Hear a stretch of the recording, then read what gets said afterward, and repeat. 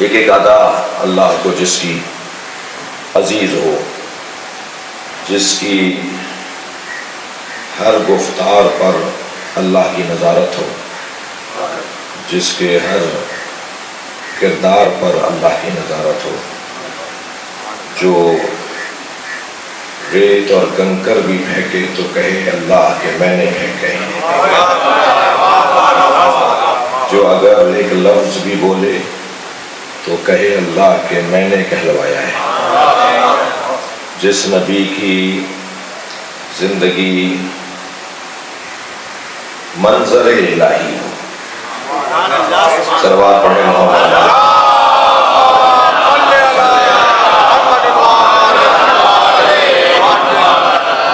جس ذات کو اللہ اتنا عزیز رکھتا ہو کہ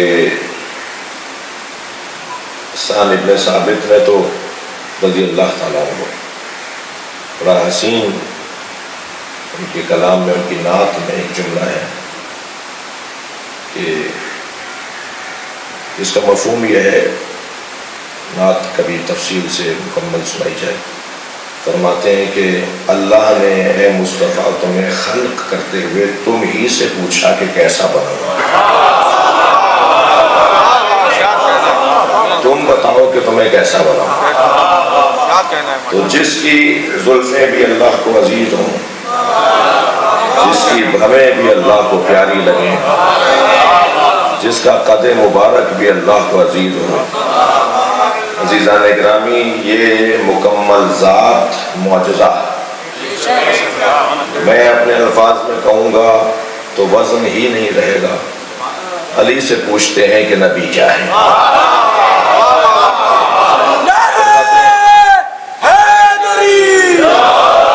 فرماتے ہیں لِكُلِّ عُضْوٍ عَلَى مُعْجِزَةٍ، اللہ نے نبی کے ہر عضو کو معجزہ عطا کیا ہے، اور وہ کبھی بات ہوگی، لیکن اس وقت میں تمہیدی بیان سے گزر رہا ہوں۔ سرکار کا قد مبارک، شمائل مصطفیٰ پہ بات علیحدہ ہو اور شاید نہ ہو پائے اس دفعہ، شمائل مصطفیٰ کہ مولا علی فرماتے ہیں کہ جب مولا سے پوچھا کسی نے صف لنا نبینا یا امیر المومنین، یا علی ہمارے نبی بتائیں کہ کیسے تھے۔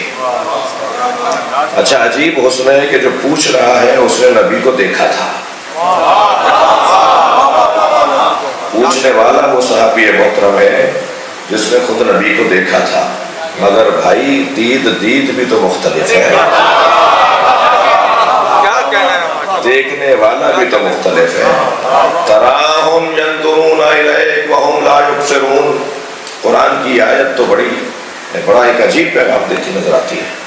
اے میرے حبیب تم نے دیکھا کہ یہ تمہیں دیکھتے ہیں اور نہیں دیکھتے؟ تراہم ینظرون الیک، تم نے دیکھا کہ ینظرون الیک تمہاری طرف نگاہیں ہوتی ہیں، وہم لا یبصرون۔ سلوات پڑھیں ذرا محمد والے۔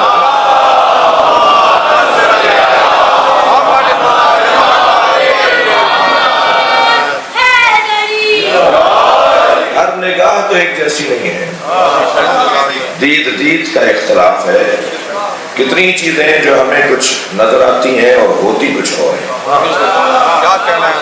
نظر کچھ اور آتی ہے اور حقیقت میں کچھ اور ہوتی ہے۔ تو کیا کیا جائے کہ ان آنکھوں سے دیکھا جائے جو دھوکہ نہ کھاتی، اور وہ آنکھیں جو دھوکہ نہیں کھاتی وہ عزیزان گرامی چشم سر نہیں ہے۔ چشم سر تو دھوکہ کھاتی ہے، کیا کریں کہ چشم دل کھل جائے، اور جب چشم دل کھل جائے گی تو یہ آنکھیں بند بھی ہوں گی تو دیکھ رہی ہوں گی، یہ سو بھی رہے ہوں گے تو دیکھ رہے ہوں گے۔ لہذا جس علی کے دروازے پر آپ بیٹھے ہوئے ہیں وہ مکمل علی عین اللہ ہے، وہ اگر سو بھی رہے ہو تو اللہ کی آنکھیں ہیں۔ سرکار تو جہاں نماز پڑھا رہے ہیں، نماز کے درمیان تیسری صف میں دو صحابہ کرام میں تقدم و تاخر کا کوئی مسئلہ ہوا، نماز کے فوراً بعد سرکار نے انہی کو دیکھتے ہوئے رہنمائی فرمائی، تو انہیں اور وہاں موجود اصحاب کو یہ تعجب ہوا کہ سرکار نے یہ کیسے دیکھا کہ پیچھے کیا ہوا ہے؟ توجہ ہے بات کی؟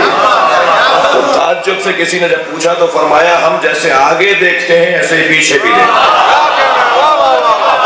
صلوات پڑھیں محمد و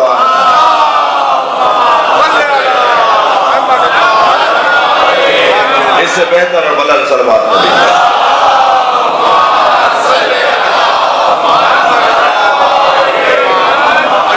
یا علی صف لنا نبینا کانی انظرو الیہ، ایسے بیان فرمائے گویا میں نبی کو دیکھ رہا ہوں۔ تو مولا علی نے نبی کے شمائل بیان فرمائے، اور یہ بڑی مطول روایت ہے۔ ہاتھ سرکار کے کیسے تھے، ناخنوں کا ذکر بھی مولا علی نے فرمایا، بال سرکار کے کیسے تھے، بھویں اور پلکیں کیسی تھی، سرکار کی بینی مبارک ناک کیسی تھی، سرکار کے کان اور کان کی لو کیسی تھی، سرکار کی آنکھوں سے نور کیسا نکلتا تھا، سرکار کے لب مبارک جب جدا ہوتے تھے تو دانتوں سے روشنی کیسی نکلتی تھی۔ تو ایک ایک عضو کے بارے میں مولا علی کا فرمان وہ میں کبھی توفیق پاؤں گا انشاءاللہ، اگر اللہ نے چاہا تو کبھی تفصیل سے بیان ہو۔ حسین روایت ہے اور نبی کی محبت میں اضافے کا سبب روایت ہے، مگر اس وقت بات آ رہی تھی تو میں نے سوچا کہ یہ جملہ آپ کو ہدیہ کر دوں کہ مولا فرماتے ہیں قد مبارک کے بارے میں کہ آپ کا قد کتنا بڑا تھا۔ جی میں یہ بات اس خانے میں گزشتہ سے پیوست کر چکا ہوں کہ ادب اور احترام انسان کو ترقی عطا کرتا ہے، اور بے ادبی اور بے احترامی انسان کو آسمان سے زمین پر لا گراتی ہے۔ لہذا میں اپنے بچوں اور جوانوں سے کہوں گا کہ الفاظ کا استعمال کس کے لیے کیا کیا جا رہا ہے اس کا خیال رکھا جائے گا۔ جتنا ادب اور احترام کا خیال رکھا جائے گا اتنا ہی توفیقات میں اضافہ ہوگا، اور جتنی بے ادبی اور بے احترامی ہوگی اتنا ہی توفیقات سلب ہوگی۔ انسان بہت سا کام کر سکتا ہوگا، نہیں کر پائے گا۔ ایک جوان میرے پاس آیا، کہنے لگا مولانا آج کلاس میں ہمارے استاد نے کہا کہ مولا علی کا قد چھوٹا تھا، نقل قول کر رہا ہوں۔ تو میں نے بے ساختہ کہا تمہارے استاد کا قد چھوٹا ہے، تمہارے وہ انسان استاد کیسے ہو سکتا ہے جسے علی کا ادب نہ ہو؟ اسے سوچنا چاہیے تھا کہ لفظ کیا بول رہا ہوں۔ ہاں اگر اسے یہ بتانا بھی تھا کہ قد کیسا تھا تو یہ کہتا کہ مولا علی کا قد لمبا نہیں تھا، بات بھی ہو جاتی اور ادب کا خیال بھی رہتا۔ تو سرکار دو جہاں کے بارے میں مولا علی سے جب قد پوچھا گیا کہ نبی کا قد کیسا تھا تو حضرت نے فرمایا اللہ اکبر، کلما مشى مع احد ان کان اطول منه ان کان طویلا، کلما مشى مع احد کان اطول منه ان کان طویلا۔ نبی مکرم جب کبھی کسی کے ساتھ کہ جس کا قد لمبا ہونے میں شہرت تھی، مثلا اس کا قد لمبا تھا، یہ مشہور تھا بڑے لمبے قد والا ہے، جب بھی سرکار دو جہاں کسی ایسے کے ساتھ چلتے تھے جس کا قد بہت لمبا تھا تو اس کا قد نبی سے چھوٹا نظر آتا تھا۔ صلوات پڑھیں محمد و آلہ۔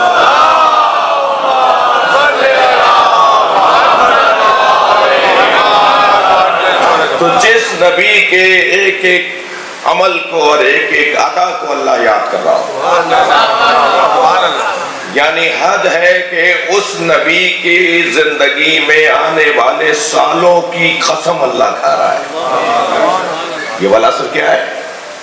بیان ہو چکا کل کی مجلس میں کہ یہاں عصر سے مراد ظہر کے بعد کا جو وقت ہے وہ بھی ہے، مگر اس سے زیادہ شان والی تفسیر یہ ہے کہ عصر سے مراد عصر مصطفیٰ ہے۔ وہ 23 برس کا عصر مصطفیٰ نہیں، میں سنی شیعہ مجمع سے مخاطب ہوں، وہ 23 برس کا عصر مصطفیٰ نہیں، بلکہ ہم تو اس قابل ہی نہیں ہیں کہ ہم نبی کو کسی زمانے میں محدود کر سکیں۔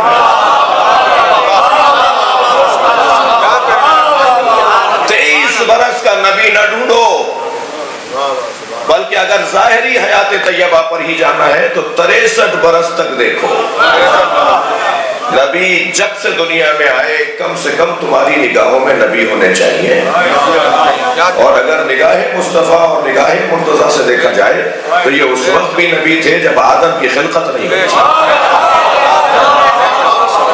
میں اس وقت بھی نبی تھا جب آدم آب و گل کی درمیانی کیفیت میں تھے۔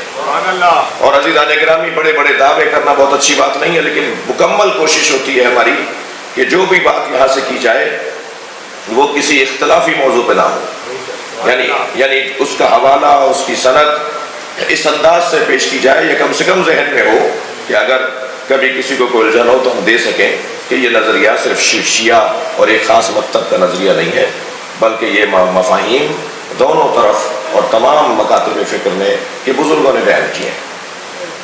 سرکار، میں نے شاید پہلی مجلس میں یا دوسری میں کہا تھا کہ علماء اہل سنت کہ ہاں جو حدیث الفاظ کے مختلف فرق کے ساتھ بیان ہوتی ہے، کنت نبیا و آدم بین الجسد والروح، یہ علماء اہل سنت کے ہاں یہ جملہ کیا فرق ہے، کتنا فرق ہے اس حدیث کے فقرے میں اور اس حدیث کے فقرے میں کہ کنت نبیا و آدم بین الماء والطین، میں نبی تھا اس وقت بھی کہ جب آدم آب و گل کی درمیانی کیفیت میں تھا، یا اگر میرے سنی عالم دین نے بیان کیا کہ کنت نبیا و آدم بین الجسد والروح، آدم جسم اور روح کی درمیانی کیفیت میں تھے، ابھی روح جسم میں ڈالی نہیں گئی تھی، اور میں اس وقت بھی نبی تھا۔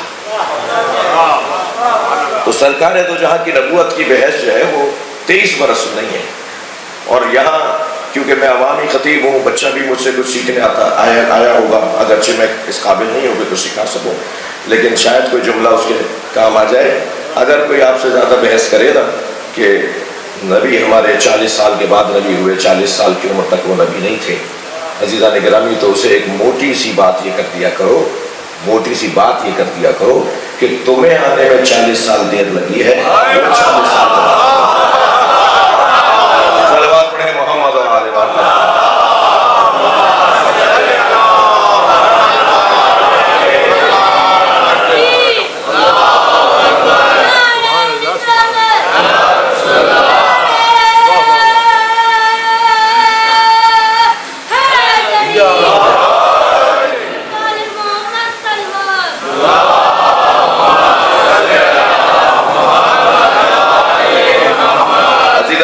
اتنا بڑا مجمع یہاں حاضر ہے یا نہیں؟ آپ پر برابر والے کے ساتھ بیٹھا ہے، حاضر ہے یا نہیں؟ مگر کتنے ہی لوگ ہیں جو ایک دوسرے پہ ظاہر نہیں ہے۔ حاضر ہونا اور ہے، ظاہر ہونا اور ہے۔ ہمارے نبی مکے میں حاضر تھے، ظاہر چند ہی لوگوں پر تھے۔ جب اعلان نبوت فرمایا ہے تو ظاہر ہو گئے، تو ظاہر ہونا ضروری نہیں ہے، ہاں بہتر ہے، فضیلت ہے، اولا ہے، افضل ہے، لیکن جن کے لیے ظاہر تھے وہ پہلے بھی نماز پڑھتے رہے جب اعلان نبوت نہیں ہوا تھا۔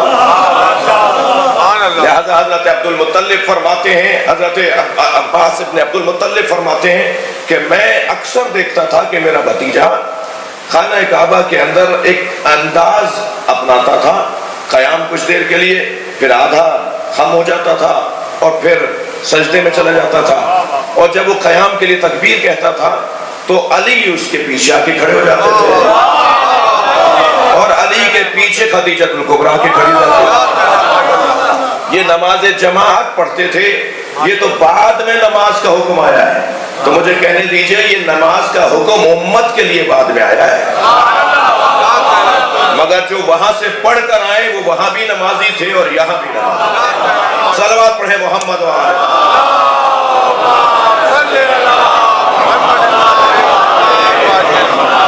اللہ کو اپنے حبیب کی ایک ایک ادا، ایک ایک لمحہ، یہ عصر مصطفیٰ ہے جو قابل قسم پروردگار بن رہا ہے۔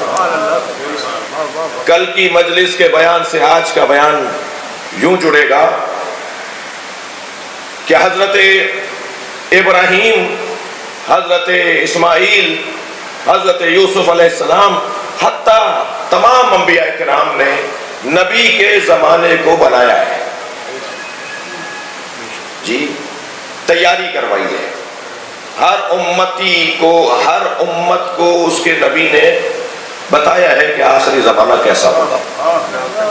سرکار دو جہاں کے بارے میں بتایا، سرکار کے فضائل ہر نبی نے پڑھے، بلکہ بعض اوقات تو انبیاء کرام عظمت مصطفیٰ بیان کرتے ہوئے آنکھوں میں آنسو بھر کر یہ التجا کرتے تھے اللہ کی بارگاہ میں کہ یا اللہ ہمیں امت مصطفیٰ میں قرار دے۔